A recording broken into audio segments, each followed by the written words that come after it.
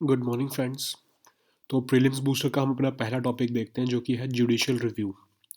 तो supreme court of India ने recently जो सेंट्रल विस्टा प्रोजेक्ट का केस था उसके ऊपर एक जो पटिशन डली हुई थी उसमें कहा गया था कि जुडिशियल रिव्यू किया जाए इस पूरे प्रोजेक्ट का और इस प्रोजेक्ट को कैंसिल किया जाए। तो सुप्रीम कोर्ट ने उस पटिशन को खारिज कर दिया और कहा है कि जुडिशियल रिव्यू की ज़रूरत नहीं है, क्योंकि और एक बहुत इंपॉर्टेंट स्टेटमेंट दी है सुप्रीम कोर्ट ने। उसने कहा है कि सुप्रीम कोर्ट ने हमारे कहा है कि government is entitled to commit errors और achieve successes in policy matters. ठीक है, तो गवर्नमेंट को कह रहे हैं, सुप्रीम कोर्ट हमारे कह रहे हैं कि गवर्नमेंट का ये राइट बनता है कि वो गलतियां भी करे और अपनी गलतियों से सीखे, या फिर जो है वो अचीवमेंट अगर सक्सेस अचीव करे जो कि उसका डोमेन है। जितने डोमेन में एग्जीक्यूटिव फंक्शंस जो हमारी गवर्नमेंट फंक्शन करती है एग्जीक्यूटिव डोमेन में, उसमें गलतियां करे चाहे या चाहे कुछ विक्ट्री मिले उसे, तो वो जो है एग्जीक्यूटिव का ही डोमेन है, उसमें जो जुडिशरी का इंटरफेरेंस करना नहीं सही हो सकता। ठीक है, तो ये सुप्रीम कोर्ट ने बोला है। तो अब हम देखते हैं जुडिशियल रिव्यू होता क्या। ये बहुत इंपॉर्टेंट टॉपिक है। टाइम एंड अगेन आपसे बार बार आपको ये पॉलिटी के जो सेक्शन है उसमें आएगा क्वेश्चन। ये मेंस में भी बहुत इंपॉर्टेंट है। ये हमेशा ही टॉपिक न्यूज़ में रहता है और जुडिशरी का ये क्रिटिसिज्म भी किया जाता है कि जुडिशियल रिव्यू जो है वो कई बार जुडिशियल ओवर रीच में कन्वर्ट हो जाता है। तो ये टॉपिक हमेशा ही आपको न्यूज़ में मिलेगा, इसलिए ये वंस एंड फॉर ऑल आपको ये टॉपिक समझ आना चाहिए।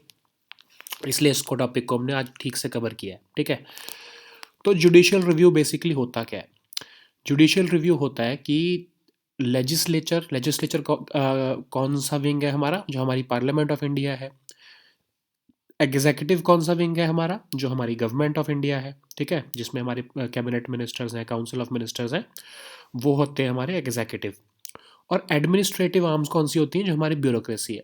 ठीक है, जो अगर इनमें से कोई भी कॉन्स्टिट्यूशन के अगेंस्ट कुछ काम कर देता है तो उसको रोकने का काम कौन करेगा, जुडिशरी। ठीक है, तो जुडिशरी वो रिव्यू करती है कि क्या जो ये हमारी पार्लियामेंट है या एग्जीक्यूटिव है या एडमिनिस्ट्रेटिव जो आर्म है हमारी गवर्नमेंट की, वो क्या कॉन्स्टिट्यूशन के अंदर ही चल रहे हैं या कॉन्स्टिट्यूशन से बाहर जा रहे हैं। ठीक है, अगर कोई डिसीजन ऐसा समझ लो पार्लियामेंट कोई लॉ ऐसा पास कर देती है जो कि कॉन्स्टिट्यूशन को या फिर उसकी स्पिरिट को, ठीक है, अब कॉन्स्टिट्यूशन जो लिखा हुआ है उसको चाहे ना भी वायलेट कर रहा हो, तो इसका मतलब ये नहीं है कि कॉन्स्टिट्यूशन को वो फॉलो कर रहा है वो लॉ। ठीक है, अगर उसकी स्पिरिट को, मतलब जब कॉन्स्टिट्यूशन बनाया गया था जो जो उसकी मंशा है कॉन्स्टिट्यूशन की, अगर उसको वायलेट कर रहा है कोई लॉ, तो जो जुडिशरी है वो उस लॉ को अनकॉन्स्टिट्यूशनल जो है वो डिक्लेयर कर सकती है। और वो कैसे डिक्लेयर कर सकती है, वो जुडिशियल रिव्यू करके कर सकती है कि हाँ ये जो लॉ है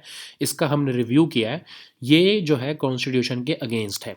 अब ये सिर्फ लॉ में नहीं हो सकता, ये एग्जीक्यूटिव की एक्शंस में भी हो सकता है। अब गवर्नमेंट भी कोई ऐसा एक्शन कर सकती है कि जो कागजी तौर पर तो कॉन्स्टिट्यूशन को फॉलो कर रहा है, ठीक है, लेकिन असल में वो कॉन्स्टिट्यूशन की स्पिरिट के अगेंस्ट जा रहा है। ठीक है, तो उस केस में जो है जुडिशियल रिव्यू में वो ऐसे एक्शंस को जो है जो हमारी जुडिशरी वो अनकॉन्स्टिट्यूशनल डिक्लेयर करके नल एंड वॉइड कर देगी।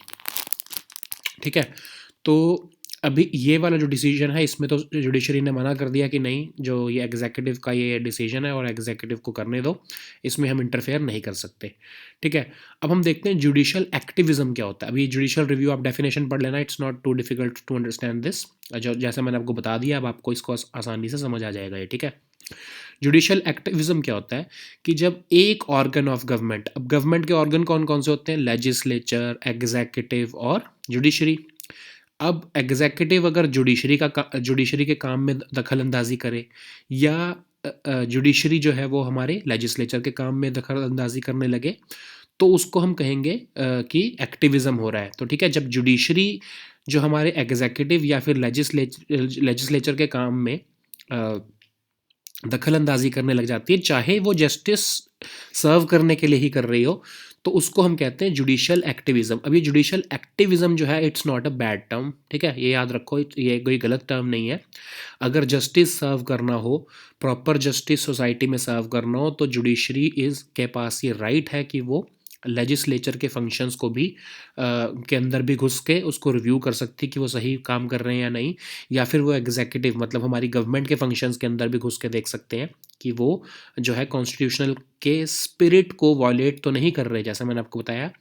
अब जो जुडिशियल एक्टिविज्म है वो एक बहुत ही ब्रॉड टर्म है एक तरह से, ठीक है। तो उसका जो बेसिस क्या होता है, उसका बेसिस होता है जुडिशियल रिव्यू। तो ये मैंने देखो यहाँ पे लिखा भी है कि judicial review is not judicial activism but a basis of judicial activism.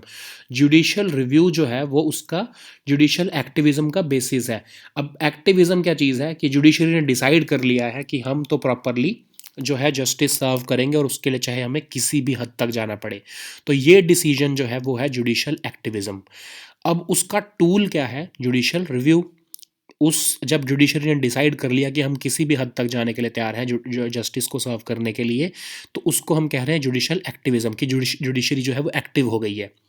Judicial review क्या है कि जुडिशरी जो एक्टिव हुई है तो वो अपने एक्टिव जो होने को किस टूल से जो है वो अपने जस्टिस को सर्व करेगी, वो रिव्यू करेगी चीज़ों को। तो जुडिशियल एक्टिविज्म जो है वो बेसिस है और जुडिशियल जो रिव्यू है वो टूल है एक तरह से जुडिशियल एक्टिविज्म को सर्व करने का। तो अब जो जुडिशियल एक्टिविज्म है वो कौन कौन सी कंडीशंस पे डिपेंड करता है कि कब अगर कौन सी कंडीशन सेटिस्फाई होती हैं तभी सिर्फ जुडिशियल एक्टिविज्म एक कंट्री में हो सकता है। पहली बात तो रिटन कॉन्स्टिट्यूशन।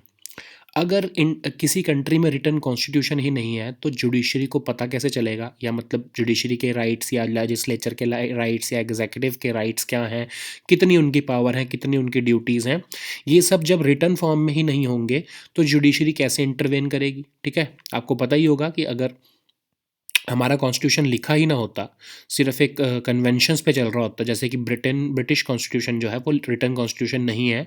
ऑफ कोर्स उन्होंने कुछ जो बेसिक राइट्स हैं उनको अब लिख लिया है कुछ टाइम पहले, बट ऑफ कोर्स वो एक रिटन कॉन्स्टिट्यूशन नहीं था यूके का जो कॉन्स्टिट्यूशन था। तो इसलिए वहाँ की जो जुडिशरी थी वो मेयरली रबर स्टैम्प थी। ठीक है, तो जो पार्लियामेंट कह देती थी उसी को ही फॉलो करना पड़ता था क्योंकि वहाँ पर रिटन कॉन्स्टिट्यूशन ही नहीं था। लेकिन इंडिया में रिटन कॉन्स्टिट्यूशन है तो जुडिशरी ये देख सकती है कि कॉन्स्टिट्यूशन में क्या कहा गया है, लिखा क्या हुआ है और उसकी स्पिरिट क्या है। इस वजह से जो हमारा जुडिशरी जो है वो एक्टिव रह सकती है। अब अगर दूसरा हमारा है system of rule of law. अब रूल ऑफ लॉ का अगर हमारी कंट्री में एक तरह से अगर फॉलो किया जा रहा है तो जुडिशियल एक्टिविज्म ऑब्वियसली हो सकता है। तो ये आपको दो बेसिक सी बात है, ये अगर रूल ऑफ लॉ का कल्चर है किसी कंट्री में तभी सिर्फ वहाँ पर जुडिशियल एक्टिविज्म हो सकता है, तभी वहाँ पर जुडिशरी की रिस्पेक्ट होगी, लॉ को अगर लोग उसको फॉलो करते होंगे।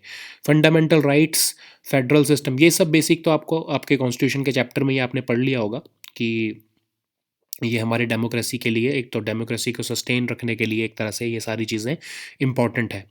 अब लास्ट जो इसमें लाइन लिखी है political culture of the country. अब अगर हमारी जो जजेस हैं उन्हीं को हमारी लोग अगर रिस्पेक्ट ही नहीं करेंगे, या अगर उनकी हम बातों को नहीं समझेंगे, या हमारी पॉलिटिकल क्लास जो है वो उनकी बातों को कुछ ज़्यादा रिस्पेक्ट नहीं देगी, तो जुडिशियल एक्टिविज़म नहीं हो पाएगा। लेकिन हमारी कंट्री में जुडिशरी की बहुत ज़्यादा रिस्पेक्ट है, इवन पॉलिटिकल क्लास जो है वो बहुत रिस्पेक्ट करती है। लेजिस्लेचर, हमारा एग्जीक्यूटिव जो है वो जुडिशरी के जो डिसीजंस हैं उसको कभी चैलेंज नहीं कर सकता, उसके अगेंस्ट कभी नहीं गया आज तक। तो इसलिए जुडिशियल एक्टिविज़म हमारी कंट्री में पनप सकता है। और सिचुएशन स्पेसिफिक टू इंडिया, किस वजह से इंडिया में जो है जुडिशियल एक्टिविज़म मतलब एक तरह से प्रोलिफरेट हो सकता है, तो ये सारे जो है क्यों हुआ है एक तरह से, तो ये सारे उसके रीज़न दिए गए हैं कि कई बार जो एग्जीक्यूटिव है वो अपन ओवर रीच कर गया है कि अपने जो फंक्शंस हैं उससे ज़्यादा वो फंक्शंस जो है वो अज्यूम करके ज़्यादा पावर्स अज्यूम कर चुका है, जैसे आपकी इंदिरा गांधी जी के टाइम पर हुआ था, तब जुडिशियल एक्टिविज्म को आना पड़ा था। डिक्लाइन ऑफ पार्लियामेंट, फिर increase in corruption. Decline of parliament मतलब पार्लियामेंट की फंक्शनिंग अगर ठीक से नहीं चल रही तो जुडिशरी को ही कुछ लॉज तो बनाने के जो है वो कंट्री में जस्टिस को सर्व करना पड़ा। करप्शन के केसेस को भी जुडिशरी ने एक्टिविस्ट मोड में आके एक तरह से करप्शन के केसेस को सॉल्व किया है, कुछ इवन लॉज में कुछ अमेंडमेंट्स जो डाल के। जैसा कि आपको एक एग्जांपल दे देता हूँ कि डीजीपी एक स्टेट में जो थे उनके टेन्योर को फिक्स जो है वो हमारे जुडिशरी ने किया है।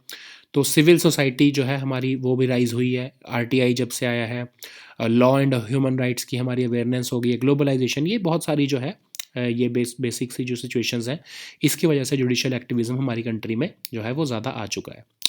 अब judicial review versus judicial activism, तो जैसा मैंने आपको बताया जुडिशियल रिव्यू तो एक टूल है, जुडिशियल एक्टिविज़्म जो है वो असल में एक ब्रॉड टर्म है, तो उसका टूल है जुडिशियल रिव्यू।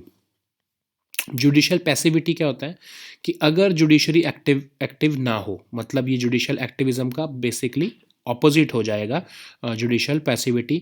मतलब जुडिशरी जो है वो सिर्फ जुडिशियल रिव्यू को ना करना चाहती हो, वो सिंपल जो लॉ लिखा हुआ है उसको वो सही लिखा है कि नहीं लिखा है उसको सिंपल सी जज करती रहे सिर्फ अपना, तो हम उसको कहेंगे जुडिशियल पैसिविटी। ठीक है। जुडिशियल रिस्ट्रेन मतलब कि वो रिव्यू ना करे, अपने आप को उस चीज़ से रोके, ठीक है, और ये ना बताए कि क्या होना चाहिए। अगर अभी हमारी जुडिशरी जो है हमारे को कॉन्स्टिट्यूशन को इंटरप्रेट करके बताती है कि ये लेटर में मतलब हमारी जो कॉन्स्टिट्यूशन में ये चीज़ें लिखी हैं तो यही होनी चाहिए। लेकिन अगर कोई लॉ में समझ लो जैसे जुडिशरी हमारी लॉ के हिसाब से चलती है कि आप समझ लो कि जो ट्रिपल तलाक का हम केस ले लेते हैं, तो ट्रिपल तलाक में हमारे पर्सनल जो लॉज हैं, जो हमारे पर्सनल लॉज थे जो हमारी बहुत सारी कम्युनिटीज़ के लिए, तो वो तो कहते थे कि हाँ ट्रिपल तलाक इज़ वैलिड बिकॉज वो एक पर्सनल लॉ के उसमें के बेसिस पे आता है। तो जुडिशरी तो अगर जुडिशियल रिस्ट्रेन कर लेती तो वो जो ट्रिपल तलाक का जो बिल है, जो ट्रिपल तलाक का जो हमारा जो प्रैक्टिस थी उसको कभी भी अनकॉन्स्टिट्यूशनल ना कहती। लेकिन वो एक्टिविस्ट मोड में आई तब उसने रिकॉग्नाइज़ किया जुडिशरी ने कि नहीं ये ह्यूमन राइट्स के अगेंस्ट है, तो चाहे वो लॉ बना हुआ था उसके लिए लेकिन उसको लॉ को हटाकर कहा कि नहीं ये करना चाहिए। तो जुडिशरी जो है वो एक्टिविस्ट फेज में आई और रिस्ट्रेन जो है उसने हटा दिया। जुडिशियल एक्टिविज्म आपको पता है। जुडिशियल ओवर रीच क्या होता है कि कई बार जस्टिस सर्व करने के नाम पर जुडिशरी बहुत ज़्यादा भी जो है एग्जीक्यूटिव के या लेजिस्लेचर के फंक्शंस में घुस जाती है, और उससे क्या होता है कि उनके खुद के जो पावर्स हैं, जो लेजिस्लेचर और एग्जीक्यूटिव की पावर्स हैं, वो उनको भी अपने पास अज्यूम कर लेती है। मतलब कई बार तो ऐसा होता है कि कोई लॉ ही बना देती है जुडिशरी। ठीक है। तो जो लॉ बनाने का काम है असल में वो पार्लियामेंट का है, हमारे लेजिस्लेचर का है। तो जब जुडिशरी ही जब लॉ बनाने लग जाती है तो एक तरह से वो ओवर रीच करने लगती है। ठीक है। तो ये आर्ग्यूमेंट्स हैं, ये बड़े आप अच्छे आर्ग्यूमेंट्स हैं, आप ये पढ़ लेना। आर्ग्यूमेंट्स अगर मैं आपको समझाने लगूंगा it's not right for me to explain this because they are very simple terms. तो ये एक आप पढ़ लेना। जस्टिस रीड के आर्ग्यूमेंट है, जस्टिस भगवती के आर्ग्यूमेंट हैं फेवर में, अगेंस्ट भी आर्ग्यूमेंट है। इवन हमारे जो प्राइम मिनिस्टर मनमोहन सिंह जी थे उन्होंने भी बोला था कि जुडिशरी को सिर्फ ये बताना चाहिए कि लॉ क्या है, उनको लॉ बनाना नहीं चाहिए। ठीक है। तो ये एक तरह से उनकी स्टेटमेंट थी, तो ये अगेंस्ट जुडिशियल एक्टिविज्म उन्होंने आर्ग्यूमेंट दिया था। तो ये आप पढ़ लेना, it's not too difficult for you to understand this. Asian water bird census. तो एशियन वाटर बर्ड सेंसस जो 2020 का है वो अब शुरू हो चुका है। जनवरी में हर साल होता है ये एक तरह से। और इसके बारे में थोड़े से हम फैक्ट्स देख लेते हैं। इसको कौन ऑर्गेनाइज कराता है? वेटलैंड्स इंटरनेशनल ऑर्गेनाइज कराता है। और जो इसका डेटा जनरेट होता है वो वेटलैंड इंटरनेशनल जो है वो IUCN और रामसर कन्वेंशन के साथ शेयर करता है। और इसका एम क्या है कि पब्लिक अवेयरनेस लेके आना वेटलैंड और वाटर बर्ड कंजर्वेशन के लिए के बारे में। और इसको हर साल जनवरी में कंडक्ट किया जाता है।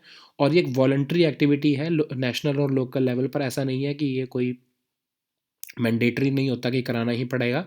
ऑफ कोर्स ये हमारी जो कंट्री है ये इसमें नेशनल और जो स्टेट गवर्नमेंट्स हैं वो लोकल लेवल पर कराती हैं इसको, ताकि हम जो है हमारे वाटर बर्ड्स के ऊपर हम नज़र रख सकें और इसकी कंजर्वेशन की तरफ हम ध्यान दे सकें। तो ये 1987 में स्टार्ट हुआ था और तब से ये प्रोजेक्ट चल रहा है इंडिया में। अब नेक्स्ट टॉपिक हमारा है longitudinal ageing survey of India. अब ये लॉन्गिट्यूडनल वर्ड का मतलब क्या है इस कंटेक्स्ट में? बहुत लंबे टाइम से सर्वे चला है, मतलब कि पिछले 5-10 साल का डेटा जो है।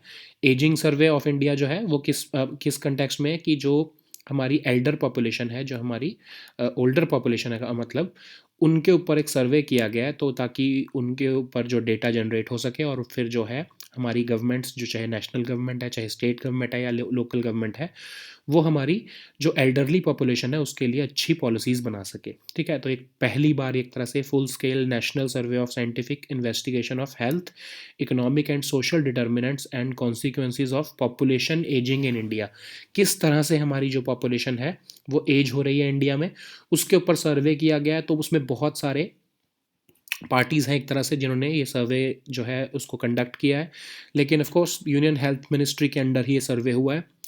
तो इसकी सिग्निफिकेंस क्या, जैसे मैंने आपको बताया कि पॉलिसीज़ बनाने के लिए हेल्प करेगा, क्योंकि हमको डेटा बहुत ज़्यादा मिल गया इसके हिसाब से कि कैस किस हिसाब से हमारी कंट्री की जो पॉपुलेशन है वो एज हो रही है। जैसे इसके अंदर आपको एक डेटा दिखाता हूँ कि 2011 सेंसस में 60 प्लस पॉपुलेशन जो थी वो 8.6% ऑफ इंडिया की पॉपुलेशन थी। ठीक है, तो जो कि मतलब 103 मिलियन हमारे 10 करोड़ के करीब एल्डरली पीपल थे 2011 में। और उसी इस डेटा से पता लग रहा है हमें कि हर साल वो 3% बढ़ते जा रहे हैं। तो इसका मतलब 2050 तक हमारी जो एल्डरली पॉपुलेशन है वो 319 मिलियन हो जाएगी, मतलब लगभग 32 करोड़ पॉपुलेशन हो जाएगी। और हमारी 75% एल्डरली पॉपुलेशन को कोई ना कोई क्रॉनिक डिसीज़ है, जैसे कि डायबिटीज़, ब्लड प्रेशर, कोई ना कोई ऐसी डिसीज़ हमारी जो एल्डरली पॉपुलेशन है उसको है ही, मतलब एक तरह से 75% लोगों को ऐसी कोई डिसीज़ है। 40% पीपल जो हैं, जो हमारी एल्डरली पॉपुलेशन है, उनको किसी ना किसी तरह की डिसेबिलिटी है, और 20% जो पीपल हैं इसमें, इस सेक्शन में, एक तरह से एल्डरली पॉपुलेशन में, उनको कोई ना कोई मेंटल हेल्थ की इशू है। तो ये जो डेटा है हमारे को हेल्प करेगा नेशनल और स्टेट लेवल के प्रोग्राम्स बनाने में, ताकि हम एल्डरली पॉपुलेशन के लिए हम एक तरह से प्रोग्राम्स बना सकें। तो ये जो एक तरह से longitudinal ageing survey of India है, ये इसलिए कंडक्ट किया गया। अब नेक्स्ट हमारा टॉपिक है कतार कन्फ्लिक्ट। अब एक्चुअली ये कन्फ्लिक्ट नहीं रहा है तब तो, बल्कि अभी ये रेजोल्यूशन हो गया है। तो अभी क्या हुआ था कि जितनी ये गल्फ़ कंट्रीज़ हैं, सऊदी अरेबिया, यूएई खासकर, और बहरीन, तो इन्होंने अक्यूज़ किया था 2017 में कतार को कि कतार जो है वो, उसके ऊपर एक ब्लॉकेड लगा दिया था इन कंट्रीज़ ने, और कहा था कि ये जो कतार है ये ईरान के ज़्यादा क्लोज जा रहा है, और ये इस्लामिस्ट रेडिकल ग्रुप्स जो हैं उनके ज़्यादा क्लोज जा रहा है। और वो खासकर कौन से, जो इजिप्ट में इस्लामिक ब्रदरहुड या इन सब जो इस्लामिक ग्रुप्स थे उनको सपोर्ट करने की बात कह रहे थे सऊदी अरेबिया और यूएई की, जो कि कतार है वो इन सब ग्रुप्स को सपोर्ट करता है। और कतार को ये भी अक्यूज़ किया जा रहा था कि वो हमास या फिर जो हिज़्बुल्लाह, ऐसे ग्रुप्स को भी जो कि फ़लस्तीन में हैं उनको सपोर्ट करते हैं। तो एक तरह से कतार के ऊपर एक्यूजेशंस लगाए थे कि वो ईरान के ग्रुप में जा चुका है। ठीक है, तो सऊदी अरेबिया ने और ये यूएई और बहरीन ने एक्यूजेशंस लगाए थे और उनको, कतार को एक तरह से ब्लॉकेड कर दिया था। उनकी बॉर्डर्स को जो है सऊदी अरेबिया ने सील कर दिया था कि वो जो उनके साथ बॉर्डर्स लगते हैं वो उसका यूज़ नहीं कर सकते, और इवन अपनी एयर स्पेस भी डिनाई कर दी थी उनको। लेकिन अब रिसेंटली, मतलब 2 साल 3 साल, आई मीन ऑलमोस्ट 2.5 साल बाद एक तरह से, तो एग्रीमेंट हो गया इनके बीच में, सऊदी अरेबिया और कतार के बीच में। और जो दोहा दोहा मतलब कतार है ना, दोहा जो है इज़ कैपिटल ऑफ कतार। तो कतार को वापस जो है गल्फ़ कोऑपरेशन काउंसिल में जो है, पहले सस्पेंड कर दिया गया था लेकिन अब वापस उसमें एडमिट कर लिया जा रहा है। तो ये डील चल रही है एक तरह से अभी। Let's see what happens with this deal, but हमारे लिए टॉपिक जो है गल्फ़ कोऑपरेशन काउंसिल जो है वो न्यूज़ में है, तो इसलिए हम इसके बारे में थोड़ा सा देख लेते हैं कि ये खासकर जो हमारी, अब ये जो ये गल्फ़ कोऑपरेशन काउंसिल है, इसके अंदर खासकर जो मेंबर स्टेट्स हैं वो सारी सुन्नी इस्लामिक कंट्रीज़ जो हैं, जो जैसे सऊदी अरेबिया लेड जो सुन्नी इस्लामिक कंट्रीज़ हैं वो इसकी मेंबर्स हैं। इसका ईरान जो है वो मेंबर नहीं है। ठीक है, तो इसीलिए जो है ये गल्फ़ कोऑपरेशन काउंसिल जो है इसमें से कतार को निकाला गया था, क्योंकि कहा गया था कि जो कतार है वो ईरान के बहुत क्लोज हो गया, तो वो गल्फ़ कोऑपरेशन काउंसिल में नहीं रह सकता। ठीक है, तो उसको सस्पेंड कर दिया गया था। तो ये गल्फ़ कोऑपरेशन काउंसिल जो है वो कुवैत गवर्नमेंट के कहने पे बनाया गया था, और उन्होंने कहा था कि 6 अरेबियन जो गल्फ़ स्टेट्स हैं उन सबको, क्योंकि उनकी कल्चर थोड़ा-सा सिमिलर है, उनके साथ हिस्टोरिकल टाइज़ हैं, तो उनको इकट्ठे हो जाना चाहिए, तो उन्होंने गल्फ़ कोऑपरेशन काउंसिल बनाया था और 1981 में इसको बनाया गया। इसके मेंबर स्टेट्स देख लो, बहरीन, कुवैत, ओमान, कतार, सऊदी अरेबिया और यूएई। अब ये सारे की सारी ऑलमोस्ट सुन्नी मेजॉरिटी कंट्रीज़ हैं और ये सुन्नी सॉलिडारिटी की बात करते हैं, तो ये गल्फ़ कोऑपरेशन काउंसिल है। नेक्स्ट टॉपिक हमारा है Kochi Mangaluru natural gas pipeline. तो प्राइम मिनिस्टर नरेंद्र मोदी जी ने अभी ये 450 किलोमीटर की ये गैस पाइपलाइन को इनाग्रेट किया है। साथ के साथ उन्होंने कहा है कि 10,000 हम सीएनजी स्टेशंस और खोलने वाले हैं कुछ टाइम में, और बहुत सारी सेवरल लैक जो है pipe natural gas house hold connection जो है वो हम कुछ टाइम में देने वाले हैं। तो प्लान क्या है कि जो अभी हमारी 6% जो हमारी नेचुरल गैस जो है वो एनर्जी सेक्टर में, उसका जो हम शेयर है बाय 2030 तक उसको हम 15% पर लेकर जाना चाहते हैं। नेचुरल गैस क्या होती है कि जो सबसे क्लीनेस्ट फॉसिल फ्यूल अभी तक जो हम जितने भी नॉन फॉसिल फ्यूल्स हैं उनमें सबसे क्लीनेस्ट जो फॉसिल फ्यूल है वो नेचुरल गैस है, और ये मैन्युफैक्चरिंग ऑफ फर्टिलाइजर्स, प्लास्टिक और ऑर्गेनिक केमिकल्स बनाने के लिए भी काम आती है। इवन जो हमारी कुकिंग जो है डोमेस्टिक हाउस होल्ड्स में और ट्रांसपोर्टेशन फ्यूल के भी काम आती है ये नेचुरल गैस। इंडिया इसको कहाँ कहाँ से जो है वो सोर्स करता है, डोमेस्टिकली भी सिक्योर कर रहा है, इसको सोर्स कर रहा है, जैसे Hazira basin, Mumbai offshore and KG basin और नॉर्थ ईस्ट में से, और इम्पोर्ट भी करता है इंडिया इसको। खासकर कहाँ से इम्पोर्ट हो रहे हैं, कतार से इम्पोर्ट होता है और इवन रशिया से भी इम्पोर्ट होता है इसमें ये। तो 6 ऑपरेशनल ऐसे एलएनजी रीगैसिफिकेशन टर्मिनल्स हैं इंडिया में, और 38.8 MMTPA जो है वो इंडिया कैपेसिटी जो है वो इंपोर्ट करता है नेचुरल गैस की अभी। अब एक विजन दिया है, one nation one gas grid. अब इसमें क्या, इसका मोटिव क्या है, प्राइम मिनिस्टर नरेंद्र मोदी जी ने विजन दिया है कि हमारे जितने भी गैस सोर्सेज हैं उन सबको हम एक तरह से कनेक्ट कर देंगे, ताकि कहीं की भी अगर डिमांड हो, रीजनल इम्बैलेंसेस हो, उन सबको एक तरह से ख़त्म किया जा सके। पूरी कंट्री के लिए एक तरह से एक सोर्स बन जाएगा गैस ग्रिड का। तो हमारे जितने रीजनली अगर कोई इम्बैलेंस है, कि समझ लो अगर नॉर्थ ईस्ट में नहीं है, पहुंच पा रही है, तो जब हमारे जो मेन ग्रिड है उसी से उसको जो रीजनल इम्बैलेंसेस है वो सारे रिमूव हो जाएंगे। अब एनर्जी सफिशेंट इंडिया बनाने की तरफ गवर्नमेंट ने क्या क्या कदम अपनाए हैं, तो ये सारे जो हैं प्राइम मिनिस्टर मोदी जी ने अपनी स्पीच में ये शेयर किए हैं, और स्टैटिस्टिक्स दिए हैं, ये आप पढ़ लेना। It's not important for you to remember this, but yes of course आपको ये मेंस के आंसर राइटिंग में काम आएंगे। प्रीलिम्स के पॉइंट ऑफ व्यू से it's not important, but yes अगर आप इसको मेंस के आंसर में लिखोगे तो आपके पास डेटा हो जाएगा ये लिखने का।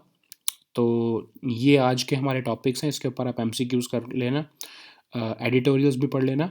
We'll meet next time with new topics. Until then goodbye and take care.